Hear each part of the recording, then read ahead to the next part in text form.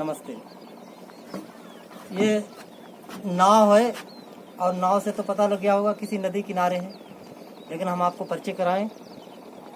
ये हमारे देश की गंगा जो विश्व की धरोहर में ही गिनी जाती है, हम उन्हीं के किनारे हैं।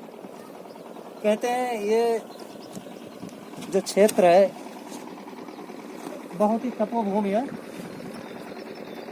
इसमें पूरे क्षेत्र में आप दिखाना चाहेंगे, जो सामने पुल दिख रहा है ये बिल्कुल नया पुल बना है, पहले ये पुल नहीं था। और इस समूचे क्षेत्र में, पूरे क्षेत्र में मेला लगता था, मांग का मेला, कल्पवास इसी क्षेत्र में लगा था।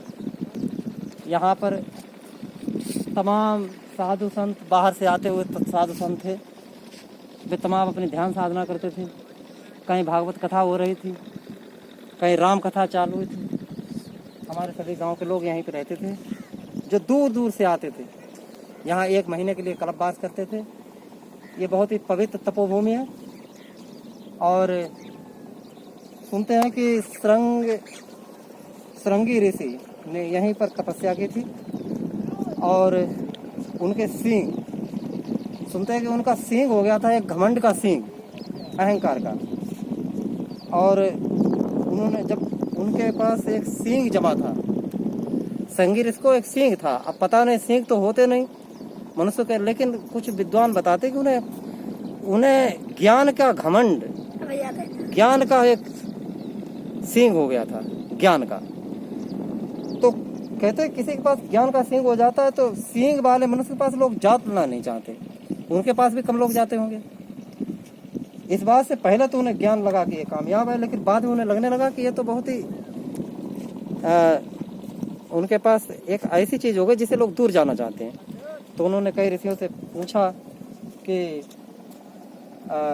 इसका उपाय बताइए। तो उन्होंने कहा कि उद्गम स्थल से, जहाँ से गंगा जी का उद्गम हुआ और जहाँ वो गंगा सागर में गिरती हैं, गंगा जी के किनारे किनारे चलें और जिस जगह पर यह सींग ढह जाए, समझिए वही तपोस्थली है और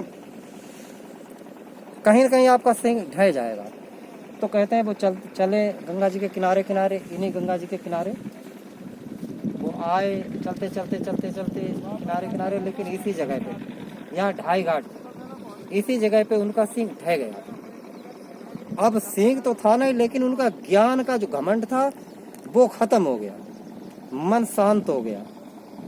जिसके पास ज्ञान का घमंड चला जाता है उसका मन शांत हो जाता है, और इसी क्षेत्र पे मन शांत हो गया। उसके बाद फिर वो यहीं लगातार रहे श्रृंगी।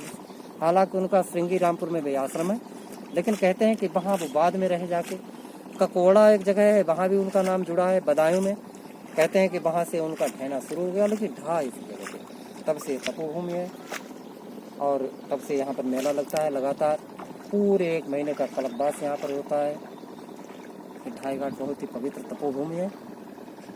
आज हम भी यहाँ पर आने का मौका मिला, लेकिन मेला में काफ़ी भीड़ थी, हम नहीं आ पाए थे। और ये बहुत ही अच्छी जगह है, हम लोग भी यहाँ पर आकर धन्य हुए।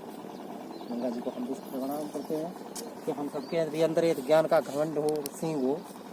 तो भगवान से दुआ करते हैं, गंगा जी से दुआ करते हैं कि वो कभी बने ही ना, और यदि अब तक बना हो तो हम चाहेंगे कि हमारा वो ज्ञान का घमंड का सींग जो है यहाँ पर ढह जाए। और जो भी हमारे मानव यहाँ आते हैं इसी वजह से आते हैं कि उन्हें मन की शांति मिले और ज्ञान का जो घमंड है वो चूर हो जाए।